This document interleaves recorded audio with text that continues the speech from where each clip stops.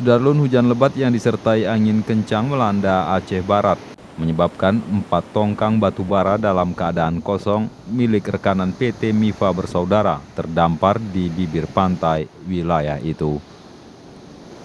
4 tongkang tersebut dengan rincian 3 unit terdampar di Aceh Barat, yakni di Gunung Kling dan Penagarayu, Kecamatan Merbu. 1 unit di Suak Indrapuri, Kecamatan Johan Pahlawan, dan 1 lagi di Suak Puntung, Nagan Raya. Perkiraan karena tiba-tiba cuaca, ada angin, ombak, hujan, perkiraan jam 5 mulai.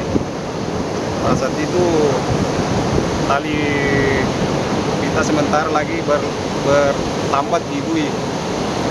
Ada 3 tongkang. Yang pertama tongkangnya 29, baru Arabica, baru 17. Ada 17. Ada berapa semua tongkang yang terdampar? Yang terdampar ada 4.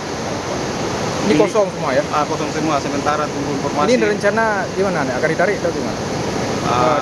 Rencananya tunggu cuaca reda-reda, baru kita usahakan untuk menarik.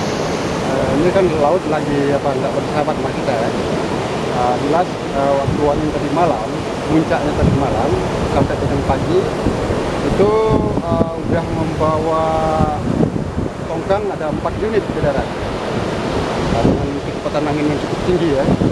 Untuk sementara 4 tongkang itu ada kosong ya, cuman ada beberapa unit yang berisikan alat berat dan juga sisa kargo yang dimuat ke vessel kemarin, ke vessel Ki Bali ya, kapal dari Ukraina.